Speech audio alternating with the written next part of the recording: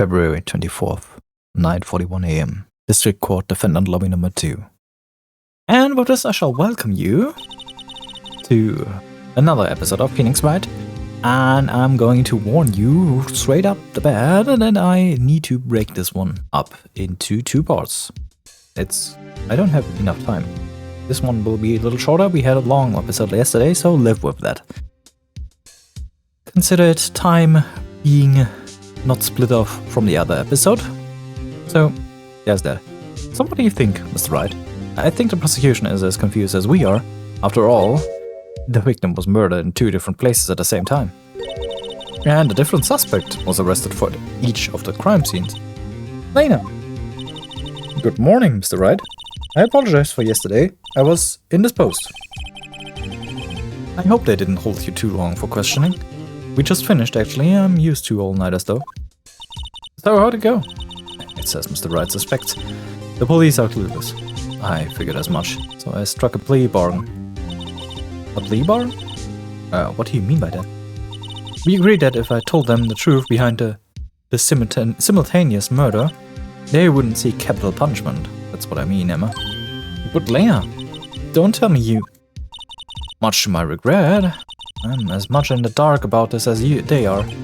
Miss Skye, we found trace evidence of a certain person in the police department's evidence locker.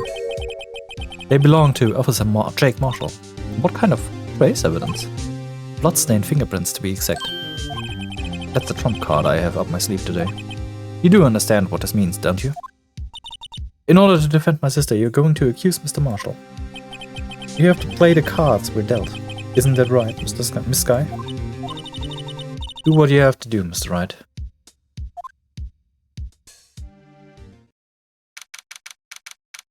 February 24th, 10 AM. District Court, courtroom number 9. Court is now in session for the trial of Miss Lena Skye. The defense is ready, Your Honor. The prosecution is... I'm afraid you'll have to clarify. It takes 30 minutes by car to reach the police department from the prosecutor's office.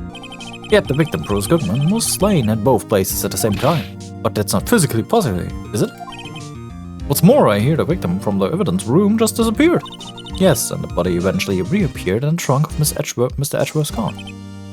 Wow, this is one messed up trail. One of my duties as a prosecutor is to present impartial evidence.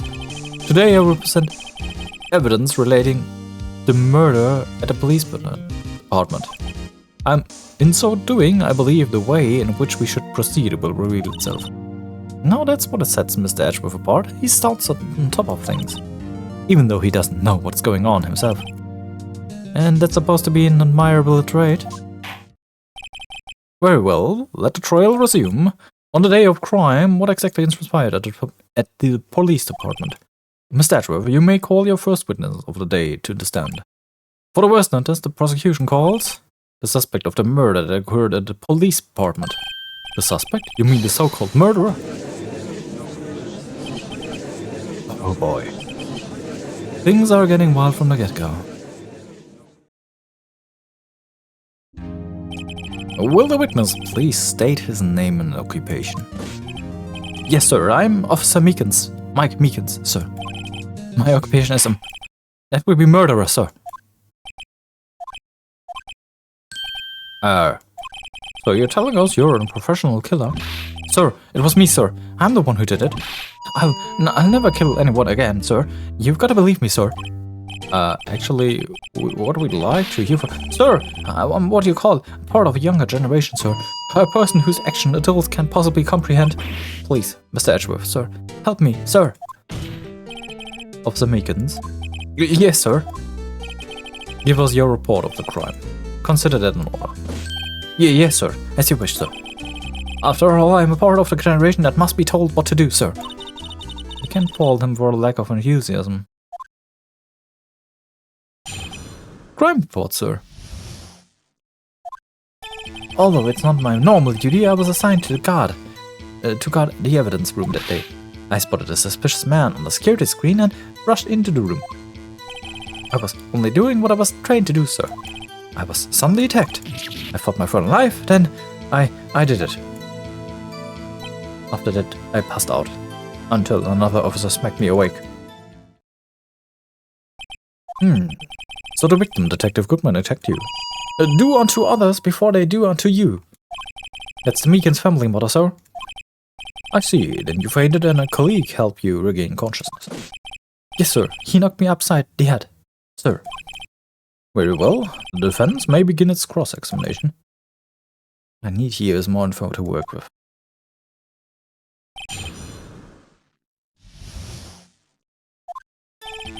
Although it's not my mom. You're right. Give me something on that one.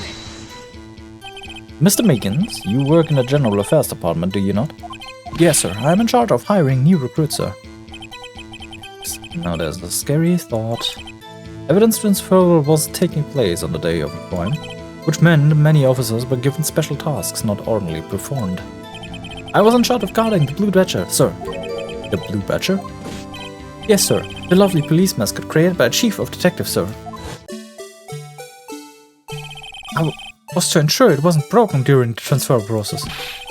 It was my sole mission for the day, sir. I see. Sounds like a very important mission.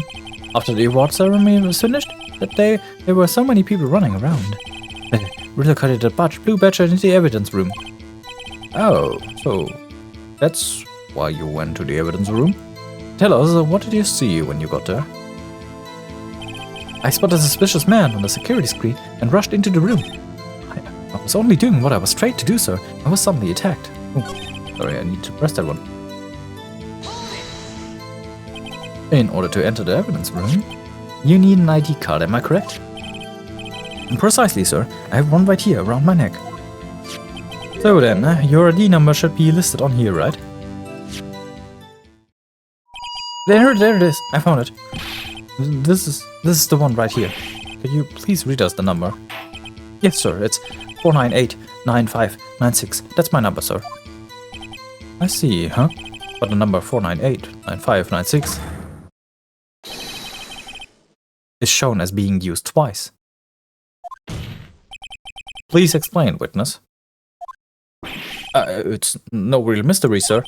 The first time is when I relocated the Blue Badger to the evidence room, and the second time is when I went to go get him after everything settled down.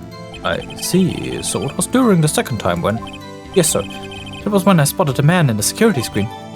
Data added to the ID card report. I was only doing what I was trained to do, sir. I was suddenly attacked. Alright, tell me about it. So you were attacked. Can you please tell us exactly what happened to you? It was a knife, sir. A knife! David Goodman pulled a knife on you. What happened then? Whoa, with me in charge and in on him like that, he looked as surprised as I was. You aren't exactly the kind of person someone would want to run into. And that's when I reacted, sir. I sprung my arms like an octopus, struggling to detain him. And that's how I got this gash on my hand. Maybe if you just kept your cool, your hand wouldn't be... When I saw the blood trickling down my arm, I panicked. I grabbed the man by his collar. I fought for my life. Then I did it. You did what? What exactly do you mean by when you say you did it? I know I don't look that high, but I'm really into kung fu films, sir. That man let his guard down for just an instant, so I snatched his knife from him. You took his knife. I spun him around and performed a disarming maneuver. I made sure to close my eyes like a man. I see. He must have been desperate. The next thing I knew, his white coat was drenched in a sea of blood, and then the next thing I knew, he punched me right in my face, sir. After that, I passed out until another officer smacked me awake. Yeah, you did what exactly? You stabbed him somewhat. But what time did you regain consciousness? No offense, sir, but how am I supposed to know that? I was unconscious. Oh, right. According to the report from the officers that woke up the witness, it was about 5:30. You'd be right, it had too. I woke up crying tears of pain. That's nice, sir. I mean, it's nice that you recovered, that is. When I came round, though, I made sure to finish my mission, sir. Your mission? Yes, sir. The Blue Badger, sir. I returned him to the entrance before things got out of hand. Well, we can all rest easy now. I believe we now have a fairly accurate picture of what happened. Yes, Your Honor, only one thing remained unclear. Was the man this officer murdered really the victim? He's got a point. Yes, Officer Meakin. With regard to that, sir, take a look at this. It was sent to my jail cell. The Chief Gant delivered it to me just this morning, sir. The Chief? Delivered it? What is that? A videotape? Yes, sir, that's absolutely right, sir. A videotape, sir. It contains footage from the security camera in this evidence room. What? But I specifically asked if there was such a tape, and was told it had to be mistakenly erased. It's quite a mistake. I just do what I'm told, sir. It's the only thing I'm really good at. Looks like communication with the police department is good as ever. Well then, let's have a look. Show us the video of you murdering the victim. Oh, please stop using that word murderer, sir. It scares me. Your video for a real murder. Just what are we getting ourselves into?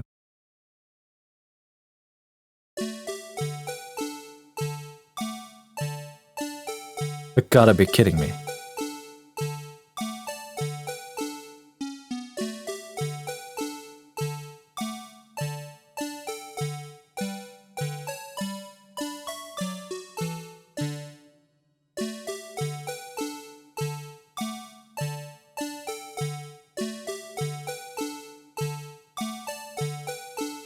You can't see his face.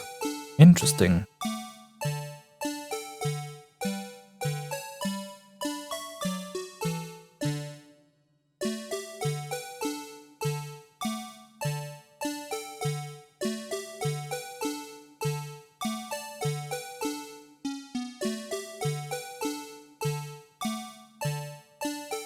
Ah.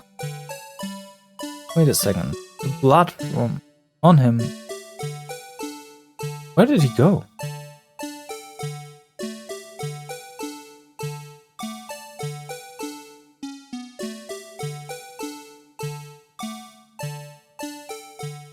Huh?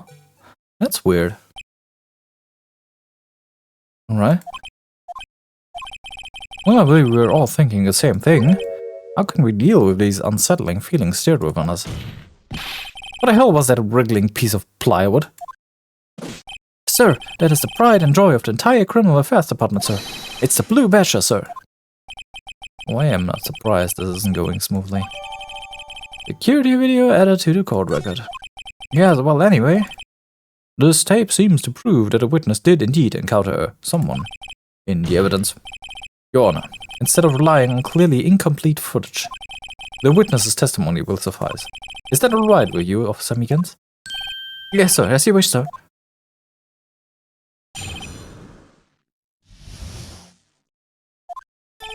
His face can be clearly seen in the video, but there's no question that the other person was Detective Goodman, sir. I mean, he opened the locker, which required Detective Goodman's fingerprints to do so. The locker he opened is unquestionably Detective Goodman's locker, sir. So it must be him. No one else could have unlocked it. What's this about with fingerprint? Each detective has been given a locker equipped with a fingerprint deactivating lock. These locks ensure that each locker can only be opened by the detective it belongs to. Intriguing, that would mean the victim at the crime scene would have to have been Detective Goodman. Very well, the defense may begin its cross-examination. I don't know where this cross-examination will lead, but everything begins with the contradictions. That's where I have to start. I do not think that it was the victim that was there. His face can be clearly seen in the video. Right. Tell me, were you able to get a good look at him? At the face of the man who attacked you with a knife? Sir, if you must label people as having seen or not seen the man's face, I believe I would be classified as the latter. The latter? But you were standing right in front of him, weren't you not? More to the point, are you not a person who fought him, aren't you? Oh, yes, sir, but I didn't get a clear look at his face, sir. I'm not the kind of guy who looks directly at people when talking with them, you see. Yeah, that's a good trait for a police officer. Still, I'm sure it was him. I'll bet my badge on it. But there's no question that the other person... Yeah, I don't think so. But you don't know that for sure, do you? You never actually saw Detective Goodman's face. Well, I suppose you might say that. That is, if you must label people as having seen or... Alright. Since the face can't be identified in the video, only you can verify that. But why is everyone looking at me? If I had to label your stares as disturbing or... Meekins. Having been shown a questionable video at best, we are not in the best of moods. Now, please be more certain with your testify. Yes, sir. You claim the man who brandished the knife on you was Bruce Goodman. Tell us why you are positive it was him. I mean, he opened the locker, which required Detective Goodman's fingerprints to do so. About these lockers, is there no other way to open them? No, sir. I must have tried all kinds of methods in the past. And they only respond to registered fingerprints, sir. I wonder what kind of methods he tried. If the man opened the locker's lock, which only responds to registered fingerprints, then he must be the person the locker was assigned to. Exactly my point, sir. And this too. The locker he opened is unquestionably Detective Goodman's locker. How did you know that information? I've heard rumors, sir, from people in the know, sir. People in the know? The workers in the department's cafeteria, sir. They keep me informed. They also listen to my romantic trouble, sir. For the record, the opened locker did indeed belong to Detective Goodman. I verified this information through a more reliable source. So the victim opened the locker with his own fingerprint. So it must be him. No one else could have unlocked it. However, the most important detail is not shown in this video. The man's face. It's a sir. If I may say something, sir. Please do. After all, you are the one being examined. I don't understand why the man's face is so important in this case, sir. I mean, it was his hand that opened the fingerprint lock. And it was his hand that tried to thrust his knife into my body, sir. My unsettled state can testify enough to say, sir. Yes, you have a point. The footage doesn't lie. That is, unless the defense can find a problem with it. Mr. Wright, let's check the court record again. Is there a problem with the security radio? There's an absolutely big problem. Regarding the video contained on this tape, there's one thing in particular that seems rather strange. This contradiction leads to the possibility that the man may not have been Detective Goodman. What? This video contains such contradiction. Interesting. Your Honor, I have a proposal. Yes, Mr. Atwood. I propose we have the defense point out to us this alleged contradiction in the video. You would want me to point it out.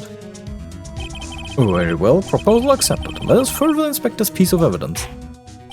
I will now play the security tape. Mr. Wright, please show us this contradiction you speak of. I have to point out a problem in the video? That's the first time I've ever had to do that. You can do it, Mr. Wright. It's set up so you can fast forward, rewind, pause, and pause the video. Just take a good look and be sure to point out the right thing. Please don't play it too many times. I can't stand watching the video. How did this guy ever become a police officer? Now then, Mr. Wright, please enlighten us. Where is the contradiction in this video? God. What are those controls? Alright, I guess I was getting ahead of myself. So, I probably cut some parts of that out, just to be sure, in case something gets confusing. His face can't be clearly seen in the video. But there's a question that another person was Detective Goodman. I mean, he opened it. No. What's that? This isn't true. Where is it? There. Only the designed detective prints can unlock it. Indicator lamp lights up when it's open.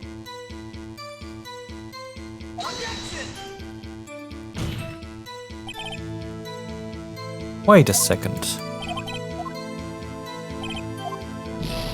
It lights up when it's open. There has to be a missing. You think so much more intense? Okay, here you can use the player to watch it. So, where's...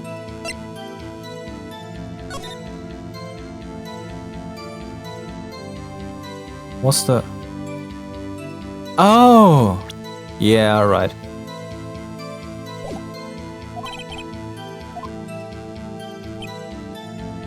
So where do I put this? But there's no question that the other person was Detective Goodman. I mean, he opened the locker which required the victim. No. I mean, he opened the locker present. No. That's not right. He opened the locker. The locker was open. Regarding the video contained in this escape, there is one thing in this particular that seems rather strange. Strange? This contradiction leads to the possibility that the man may not have been Detective Goodman. What? This video contains such a contradiction? Interesting, Your Honor. I have a proposal. Yes, Mr. Ashworth. I propose we have the defense point out this alleged contradiction in video. You would want me to point it out. Very well, proposal accepted. Let us further inspect this piece of evidence. I will now play the security tape. Mr. Wright, please show us the contradiction you speak of. Alright. This time for real.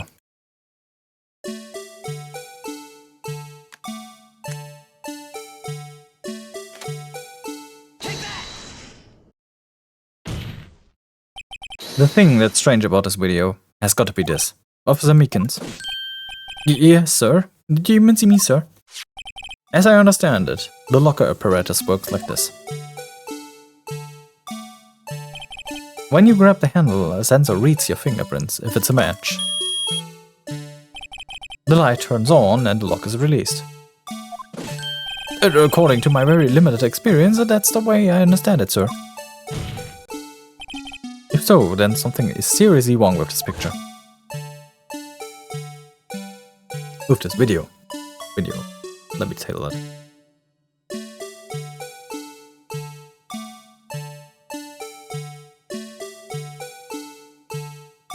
Do we need to watch the whole thing again? Oh boy. I mean, they get really experimental with the last case, you gotta say that about. When the victim reached for the handle to open the locker, let's rewind a little earlier. Oh, come on, please. We've seen that.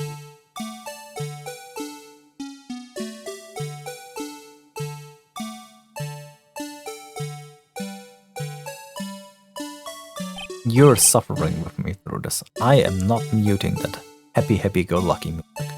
Here, notice the light? What's this? It's already lit? Precisely my point, Your Honor. The locker was already open before the victim grabbed the handle. Ah! Order! What's the meaning of this? Well, it's very simple, Your Honor. The locker wasn't locked on the day of the crime. But the locker locks are controlled by an electric system.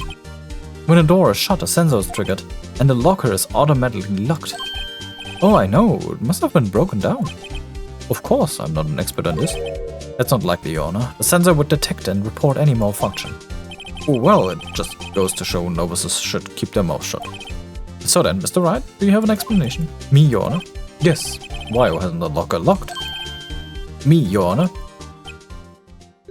Yes, well, you see, this isn't exactly my field. What do you think, Miss Scientific Investigator? Huh? Oh, maybe something like jammed the system sensor? Something jammed the system sensor? Say.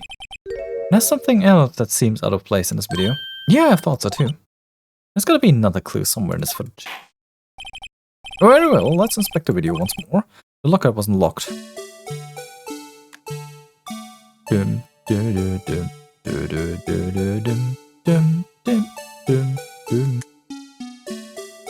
There it is. Please watch closely. That's the continuation of the part I showed earlier. At least they don't let it play during the recordings they show. Because, yeah, well, alright. Never freaking mind. What's this? Something white fell out of the locker. But sir, it's been my experience that things fall out when doors are opened. I often fall. We can't be sure. That item was completely inside the locker to begin with. What do you mean? The sensor triggered the lock when the door is shut. What if something was inserted, say, between the sensor and the door? Inserted?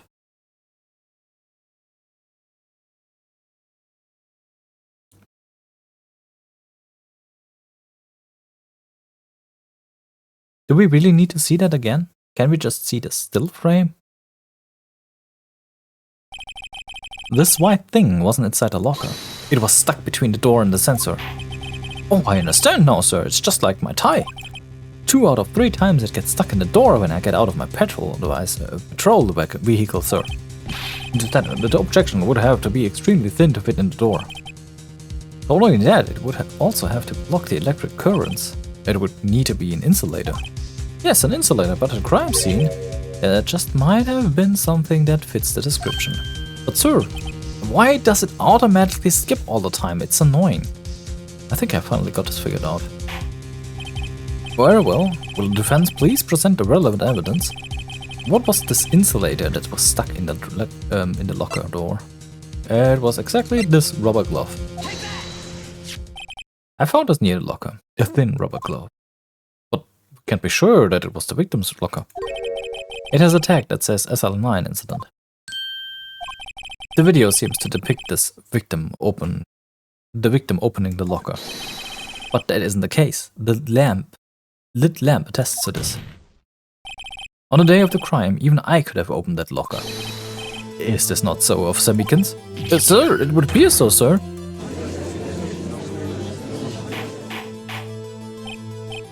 Order!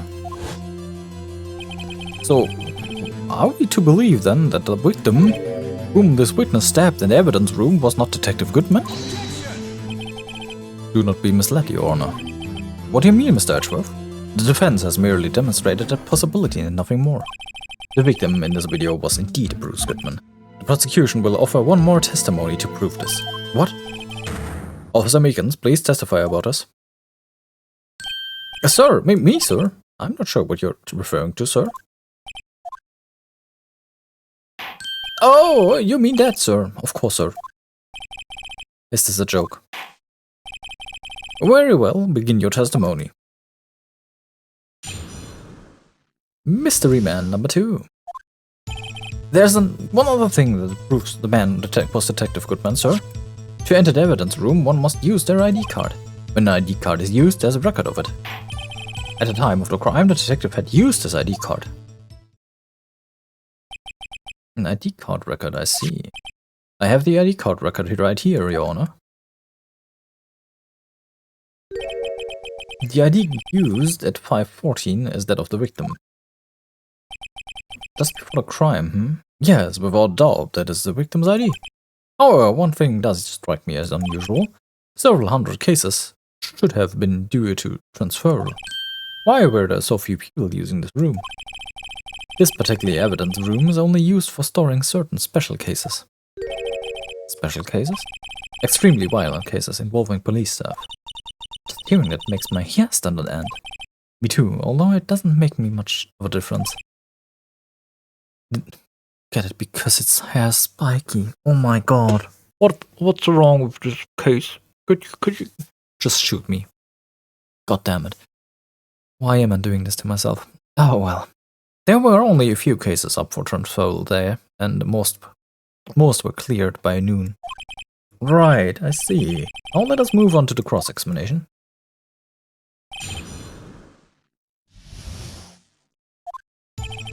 There's one other thing that proves that man was Detective Goodman. Alright. So unlike your earlier testimony, you believe this to be rock solid, do you? Yes, sir. Solid as stone. If my hand wasn't wrapped in bandages, I'd even give the "we" for victory sign, sir. Can you just use his right hand for that? Let's hear him out fully. As we've seen, one never knows what he might say until the very last second. To enter the evidence ID, press that one. Is that card hanging from your neck one of these ID cards? Yes, sir. This card right here is my cuff, sir. I keep it here so I won't ever forget it. But what if someone were to steal it from you, keeping it out in the open like that? Maybe I shouldn't wear it around my neck. Remember when I said 2 out of 3 times my tie gets stuck in when I get out of my car? Well, the remaining time it's my e-card that gets stuck instead of the door.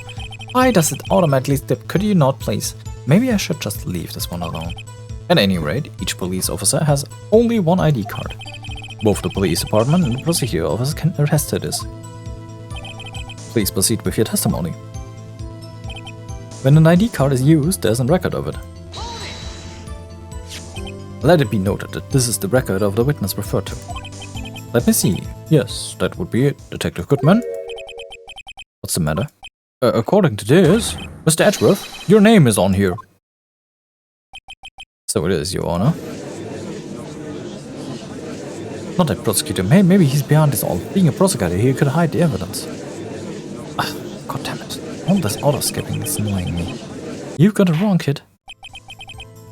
It would seem the inquiry committee will want to speak with you again today. I have nothing to be ashamed of regarding my actions or their consequences. For now, let us continue with our cross-examination. For Mr. Edgeworth, it must be difficult for him. At the time of the crime, the detective used his card. Earlier, I believe you testified that when you asked the man to show his ID card, he pulled a knife on you. Yes, sir. He didn't show me any ID card, sir. I think that's odd. I mean, if he had his ID card, all he had to do was show it to you. There wouldn't be any reason to draw a knife. Maybe you just panicked. Everything stems from the contradiction. Let's point them out. Mr. Wright, what do you think? I'm confused. What? The problem with his ID card testimony is far too obvious. It's not like Edgeworth to miss something like this. They're thinking too hard about it. Come on, let's just show them what we got.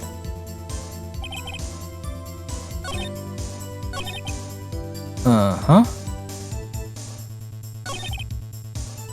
Uh-huh.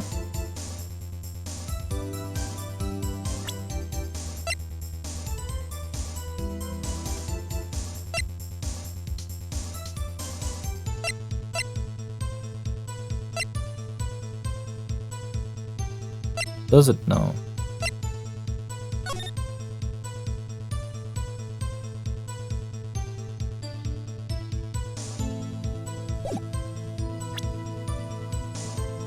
Huh.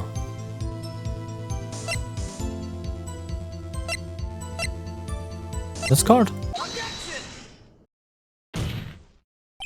Wait, one. Officer Meekins. I'm not good at waiting, sir. I have the victim's ID card right here. I found it at a crime scene. That makes sense. When I say crime scene, I'm not referring to the evidence room in the police department. I mean the other crime scene. The underground parking lot at the prosecutor's office. Oh. Yeah, that is certainly a contradiction. Your Honor, I have one more piece of evidence to present. It's a very important clue regarding the victim's ID. A lost item report? It's only half completed. But it shows that Detective Goodman had lost something on the day of the crime. Something important enough to fill out his report. Let me guess, you believe there's something to be his ID card, right? I can't say for sure, but there's a high probability. On the day of the crime, Detective Goodman was not carrying his ID card. Order! So now, what does this all mean? It can only mean one thing. It doesn't even require much thought. The man Officer Meekins encountered in the evidence room was not Detective Goodman, but rather the man who stole his ID card. Order! Does the prosecution have a response? I have only one thing to say to the defense. Bravo, Mr. Wright. Bravo? Allow me to summarize the defense's argument. At 5:15 on the day of the crime, the man in the evidence room Officer Meekins encountered was not Detective Goodman. There are two grounds to support this. First, the locker in the evidence room was already unlocked. Second, the victim lost his ID card.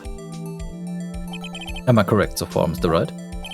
Yes. What's he up to? That being the case, we must inevitably arrive at a single conclusion. If the victim in this video is fake, then the murder in the evidence room is also fake. In other words, the security camera does not show the instant of the murder. That is... well, I guess that's right. Is something wrong, Mr. Wright? Only moments ago you seemed content to be pointing your finger around. This isn't going to end well. Well, it seems you finally realized exactly what you've gone to such lengths to prove. Explain yourself, Mr. Edgeworth. The defense has already done the explaining for me. The victim in this video is a fake, which means the murder did not take place at the police department at 5:15 on the day of the crime. So the real crime could only take place at one location, the underground parking lot. At the prosecutor's office, the murderer being Miss Lena Sky, the defendant. The evidence is compelling. A trustworthy witness observed the moment the defendant used the murder weapon. Aha!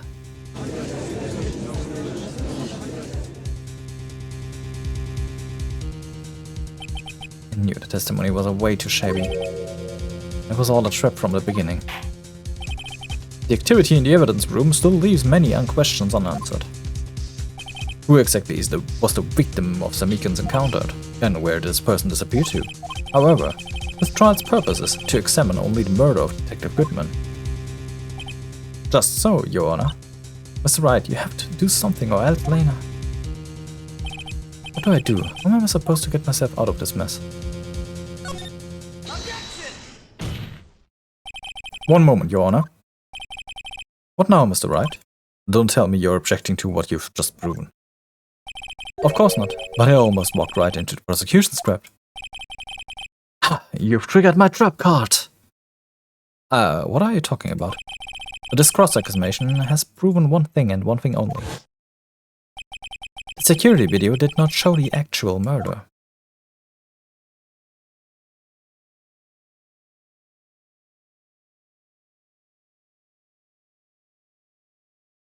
Could we not see this slow rendering, please? For the 15th time? Oh well, it could be worse. It could be. However, it cannot be said that it is unrelated to the murder in the parking lot.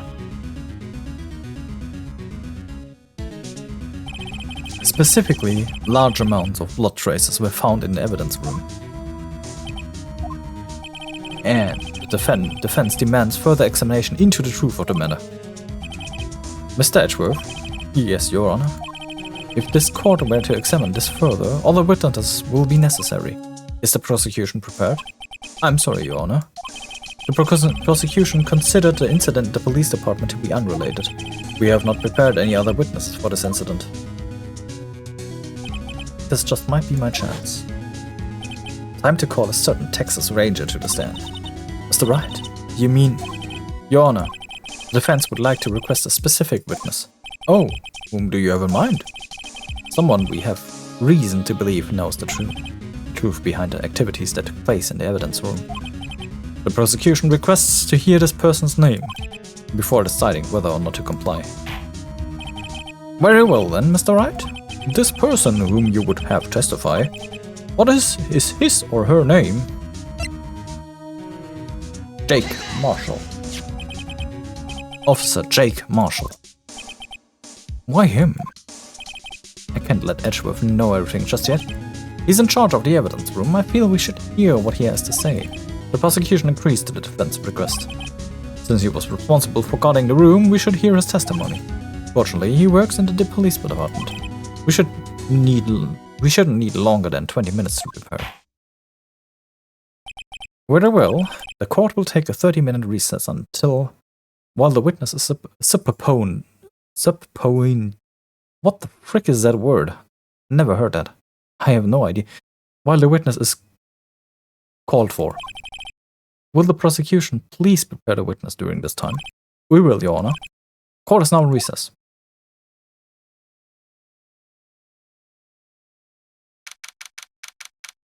Alright.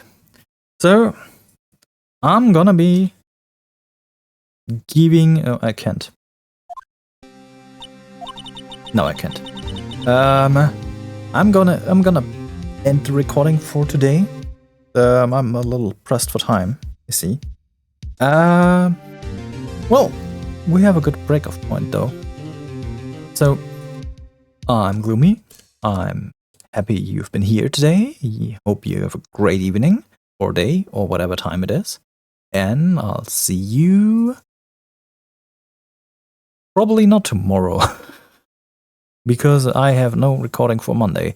Maybe if I find some time I can get it in between, but That's remains to be seen.